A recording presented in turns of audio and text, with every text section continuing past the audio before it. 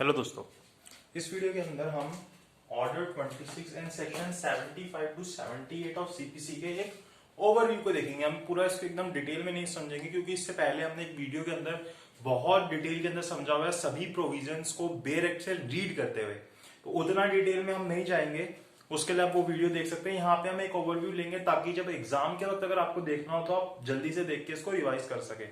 देखिए, जो कमीशन है, कमीशन सेक्शन 75 टू 78 और ऑर्डर 26 के अंदर बात की गई है। सबसे पहले हम कमीशन का मतलब देख लेते हैं। कमीशन मतलब वह व्यक्ति होता है, एक ऐसा इम्पार्शियल व्यक्ति जिसको कोर्ट अपॉइंट करता है ऐसे काम के लिए जो कोर्ट अगर खुद करेगा तो बहुत ज्यादा टाइम वेस्ट होगा और कोर्ट जो है उसको करने में सक्षम नहीं रहेगा इतना। जैसे कि अगर मान लीजिए कोई ऐसा व्यक्ति है, जैसे कोर्ट से बाहर जाके कोई ऐसा व्यक्ति है जिसको एग्जामिन करना है, जिसको कोर्ट नहीं बुला सकते, तो अगर जज खुद उठ के जाएगा तो उसमें बहुत ज्यादा टाइम वेस्ट होगा। या कोई ऐसी चीज है जैसे कोर्ट से बाहर कोई ऐसा डिस्प्यूट चल रहा है, मान लीजिए कि कोई एग्जीक्यूशन करा रहे थे एक सूट के अंदर जिसके अंदर प्रॉपर्टी का पार्टीशन करना था, तो अब अगर कोर्ट मतलब जज उठ के जाएगा वो पार्टीशन कराने में तो बहुत ज्यादा टाइम वेस्ट होगा और ये पॉसिबल नहीं है कि जज खुद चला जाए। या फिर कोई ऐसी चीज है, मान लीजिए कोई साइंटिफिक चीज ऐसी है जिसकी नॉलेज जज को नहीं है, लेकिन अगर वो कोई एक्सपर्ट आके वो जज को बताएगा तो जज को वो चीज समझ आ जाएगी। या फिर कोई ऐसी चीज है जिसमें बहुत ज्यादा टाइम वेस्ट होगा फालतू का, जैसे बहुत कैलकुलेशंस करनी है या फिर कोई अकाउंटिंग करनी है, इस तरीके की कोई कैलकुलेशन करनी है जहां पे टाइम वेस्ट होगा, तो वहां पे फिर जजेस को अगर उसी चीज में फंसा दिया जाएगा तो वो अपना जो मेन काम है वो नहीं कर पाएंगे।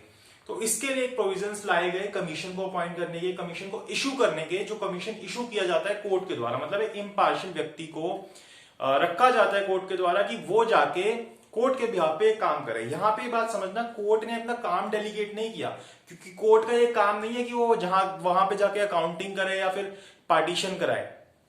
कोर्ट अपना काम जो है वो डेलीगेट नहीं कर सकता, ठीक है। यहाँ पे वो बाहर के काम उनको दे रहा है जो कोर्ट के खुद के काम थे ही नहीं एक तरीके से। अब देखिए, अगर हम रूल्स और सेक्शन को पढ़ेंगे तो बेसिकली किन किन चीजों के लिए कमीशन को अपॉइंट किया जा सकता है। एक तो विटनेस को एग्जामिन करने के लिए। अब देखिए, अब एक विटनेस को एग्जामिन कैसे किया जाता है, जैसे हम एविडेंस एक्ट में भी देखते हैं कि भाई पहले उसको बुलाया जाता है, उसका चीफ किया जाता है, फिर उसको क्रॉस एग्जामिन किया जाता है, फिर दोबारा से उससे क्वेश्चन पूछे जाते हैं। तो एक तरीके से ओपन कोर्ट के अंदर ये सारी चीजें होती है, लेकिन हर जगह पे पॉसिबल नहीं है कि एक व्यक्ति को कोर्ट में बुलाया जाए और ओपन कोर्ट में उससे क्वेश्चंस पूछे जाए। लेकिन कोई व्यक्ति ये बोले कि भाई मैं तो एक बहुत रेपुटेशन वाला व्यक्ति हूं, मेरी इतनी वैल्यू है, मैं कोर्ट में आऊंगा तो मेरी रेपुटेशन खराब हो जाएगी, इसलिए मैं कोर्ट नहीं आ रहा, ये कोई बहाना नहीं चलेगा। अब देखिए कैसे, किन किन वजह से आप विटनेस को कोर्ट में आने की छूट दे सकते हैं कि वो कोर्ट ना आए, उसके लिए कमीशन अपॉइंट हो जाएगी, वो कमीशन जाके विटनेस ले आएगा। जैसे कि मान लीजिए कि कोई व्यक्ति ऐसे होते हैं जिनको कोर्ट के अंदर, मतलब हमारा जो सीपीसी है उसी के अंदर एग्जाम कर रखा है कि वो कोर्ट नहीं भी आएंगे तो चलेगा, कि उनको कोर्ट आने की जरूरत नहीं है, प्रेसिडेंट वगैरह जैसे होते हैं तो उनको एग्जाम किया हुआ है। तो ऐसे लोगों के लिए कमीशन अपॉइंट की जा सकती है, वो जाके उनको एग्जामिन कराएंगे और जो भी कमीशन की रिपोर्ट होगी वो कोर्ट में आके जमा हो जाएगी और उसकी एक एविडेंटरी वैल्यू होगी, प्रीमा फेसाई उसकी वैल्यू होगी। आप प्रूफ कर देते हैं कि उसके अंदर कुछ गलती है तो फिर उसकी वैल्यू नहीं रहेगी, लेकिन प्रीमा फेसाई वो एक बहुत इंपॉर्टेंट डॉक्यूमेंट रहेगा, जो भी कमिश्नर की जो कमीशन गया था उसकी जो रिपोर्ट है जो कोर्ट में आके सबमिट करा रहा है, ठीक है। ऐसे ही कोई व्यक्ति है वो बहुत सिक है या कमजोर है, वो कोर्ट नहीं आ सकता, तो उसके लिए भी कमीशन इशू की जा सकती है और वो कमीशन जाके उससे वो क्वेश्चंस जो भी पूछने थे उसको एग्जामिन करना था वो करके आ सकता है। या in interest of justice any reason, कोई भी रीजन हो सकता है इंटरेस्ट ऑफ जस्टिस के अंदर जो कोर्ट को ठीक लगता है सर्कमस्टांसिस के हिसाब से। जैसे कि अगर ऐसा खतरा है, विटनेस ऐसा बोलता है कि अगर मैं कोर्ट आऊंगा तो मुझे खतरा है, मेरी जान को खतरा है, मेरे को कोई मार देगा, तो वहां पे कमीशन इशू किया जा सकता है। या फिर जैसे कई नागा साधुज होते हैं, मतलब वो कोर्ट में आएंगे तो वो चीज सही नहीं लगेगी, तो वहां पे भी कमीशन इशू किया जा सकता है कि उनको जाके एग्जामिन कर दिया जाए। ऐसे ही जो व्यक्ति है, जो विटनेस है, वो beyond local limits of jurisdiction of court रहता है, तो वहां पे भी जो भी कोर्ट की जुरिडिक्शन है उसकी जो लोकल लिमिट्स है उससे बाहर रह रहा है वो, तो वहां पे भी कमीशन अपॉइंट किया जा सकता है, इशू किया जा सकता है। About to leave jurisdiction of court, या फिर वो जो है कोर्ट की जुरिडिक्शन छोड़ने वाला है। अब वो अगर कोर्ट की जुरिडिक्शन छोड़ के चला जाएगा तो प्रॉब्लम क्रिएट होगी, तो उस प्रॉब्लम से बचने के लिए कि भाई वो कोर्ट की जुरिस्डिक्शन छोड़ के जा रहा है, जो भी लोकल लिमिट्स है उसको हम कमीशन अपॉइंट करके एग्जामिन कर सकते हैं और वो कोर्ट नहीं आता। ऐसी कोई गवर्नमेंट सर्वेंट होता है, कोर्ट को लगता है कि वो गवर्नमेंट सर्वेंट ऐसा है कि अगर वो कोर्ट आ गया तो उससे जो वो सर्विसेज पब्लिक को दे रहा है उनको बहुत ज्यादा हार्म होगा, जो भी वो सर्विसेज दे रहा है इतनी इंपॉर्टेंट सर्विसेज है, तो वहां पे वो उनको एग्जाम कर देता है, वो बोलते हैं कमीशन अपॉइंट कर दिया जाएगा, इशू कर दिया जाएगा, वो जाके उनको एग्जामिन कराएगा। ऐसे ही कोई व्यक्ति अगर इंडिया से बाहर रह रहा है और कोर्ट को लगता है कि वो नेसेसरी विटनेस है, तो फिर भी कमीशन इशू कर दिया जाएगा। फिर वो कमीशन इंडिया से बाहर जाके उसको एग्जामिन कराएगा और अपनी रिपोर्ट आके कोर्ट में सबमिट कर देगा। तो इस जगह पे आप विटनेस के लिए कमीशन को इशू कर सकते हैं। इसके अलावा आप कहां कहां पे कमीशन को इशू कर सकते हैं? मान लीजिए कि अगर कोई लोकल इन्वेस्टिगेशन करना है, अब लोकल इन्वेस्टिगेशन करना कोर्ट का काम तो है नहीं, तो उसके लिए कोर्ट क्या करता है, कमीशन इशू कर देता है। जैसे कि कोई मैटर इन डिस्प्यूट है, क्या है, कोई मैटर इन डिस्प्यूट है, उसको क्लैरिफाई करने के लिए कि भाई क्या मैटर इन डिस्प्यूट है, उसको सही से समझने के लिए भी कमीशन जो है वो इशू किया जा सकता है कि भाई क्या डिस्प्यूट क्या है, उसको जब लोकल जाके समझेंगे, लोकली जहां पे भी वो चल रहा है, तो उसके लिए कमीशन इशू किया जा सकता है। ऐसे ही किसी प्रॉपर्टी की वैल्यू जानने के लिए, वैल्यूएशन करने के लिए, मीन प्रॉफिट को कैलकुलेट करने के लिए अगर वहां जाके वो देखना जरूरी है तो वहां पे भी कमीशन इशू किया जा सकता है। मतलब कि उस एविडेंस को, वो इतना पिक्यूनरी एविडेंस है कि ऑन स्पॉट जाके ही सही से उसके बारे में पता चल सकता है, तो वहां पे फिर कमीशन इशू कर दिया जाएगा। ऐसे ही अकाउंट्स को एडजस्ट करने के लिए कि भाई अकाउंट्स देखने हैं, ये सब चीजें करनी है, तो उसके लिए भी इशू किया जा सकता है। ये दिया रूल 11 एंड 12 के अंदर, ये दिया था रूल 9 एंड 10 के अंदर, ये दिया था सेक्शन 76 और 78 और ऑर्डर 26 के रूल 1 to 8 के अंदर। ये सब बातें बताई गई है, मैंने ब्रीफ करके आपको बता दी ताकि आप जल्दी से इस चीज को समझ सके। ठीक है, अकाउंट्स को एडजस्ट करने के लिए जो रूल 11 एंड 12 के अंदर दिया गया। उसके अलावा टू मेक पार्टीशन जो रूल 13 एंड 14 के अंदर दिया गया ऑर्डर 26 के, कि भाई कोई वही जैसे एग्जीक्यूशन का मैंने एग्जांपल दिया था कि एग्जीक्यूशन चल रही है, अब कोई जो प्रॉपर्टी है उसका पार्टीशन करना है, तो कोर्ट जाके तो पार्टीशन करेगा नहीं, तो वहां पे फिर वो क्या करता है, कमीशन इशू कर देता है। वो कमीशन जाके फिर वो सबको डिसाइड कर देता है कि आपका ये है डिग्री के हिसाब से, और फिर अपनी जो भी रिपोर्ट होती है वो कोर्ट में आके सबमिट कर देता है। तो इस चीज के लिए भी कमीशन इशू किया जा सकता है। ऐसे ही टू होल्ड इन्वेस्टिगेशन की कोई इन्वेस्टिगेशन करनी है, रूल 10A के अंदर दिया गया। कैसी इन्वेस्टिगेशन?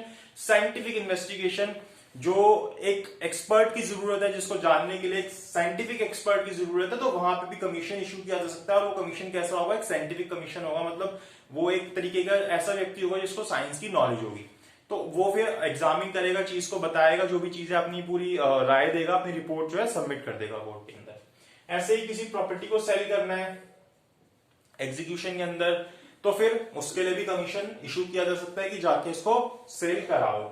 ऐसी कोई मिनिस्ट्रियल एक्ट होते हैं जो रूल 10B के अंदर दिया गया, वही मिनिस्ट्रियल एक्ट हो गए कि यही अकाउंटिंग का काम हो गया, कैलकुलेशन का काम हो गया, इस तरीके का कोई और काम हो गया जहां पे कोर्ट का या कोई और व्यक्ति होगा तो उसका टाइम बहुत वेस्ट होगा, तो कोर्ट कहता है कि ये काम वैसे भी मेरा नहीं है, इसके लिए मैं कमीशन इशू कर देता हूं, वो ये सब काम करके आएगा और अपनी रिपोर्ट मुझे सबमिट कर देगा, उसके हिसाब से मैं आगे काम कर लूंगा अपना। ठीक है, ऐसे ही रूल 16 to 18 के अंदर अभी जो कमीशन है उनकी पावर्स दी गई है। अब उनकी क्या पावर्स होती हैं वो हम रूल 16 to 18 के अंदर देखते हैं। जैसे कि वो क्या कर सकते हैं, summon and procure the attendance of parties and their witnesses and examine them, कि उसके पास ये पावर है कि वो समन कर सकता है, मतलब बुला सकता है पार्टीज को और उनके विटनेसेस को, उनको एग्जामिन करने के लिए। अब ये तो साफ सी बात है कि वो कोर्ट नहीं बुलाएगा, कहीं और ही बुलाएगा उनको। ऐसी कॉल फॉर एग्जामिन डॉक्यूमेंट्स, की भाई वो किसी डॉक्यूमेंट्स को एग्जामिन करने के लिए बुला सकता है, जो कौन, कमीशन है, कमीशन की पावर्स की बात कर रहे हैं। ऐसे ही enter into any land building mention in the order, कोई भी जो लैंड है या बिल्डिंग है उसके अंदर वो एंटर कर सकता है जो ऑर्डर में लिखी हुई है। और ऐसे ही proceed ex parte the parties do not appear before him in spite of the order of the court, की भाई कोर्ट ने ऑर्डर किया उसके बावजूद भी जो पार्टीज हैं वही कमीशन के सामने अपीयर नहीं हो रही, तो एज ए एक्स पार्टी मतलब कि कर सकता है अपना काम।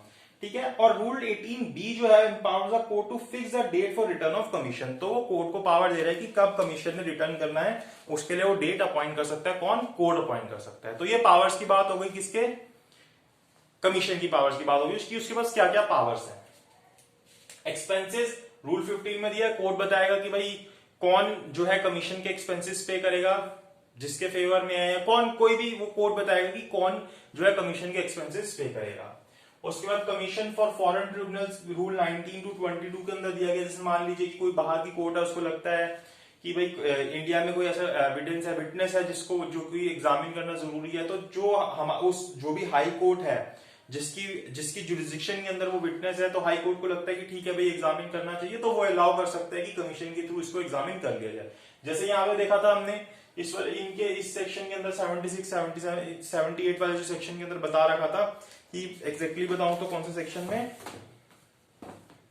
77 के अंदर, जिसके अंदर लेटर ऑफ रिक्वेस्ट भेजी जाती है कि भाई बाहर कोई विटनेस है तो उसको एग्जामिन करने के लिए हम कमीशन इशू कर सकते हैं, उसके लिए लेटर ऑफ रिक्वेस्ट भेजी जाती है।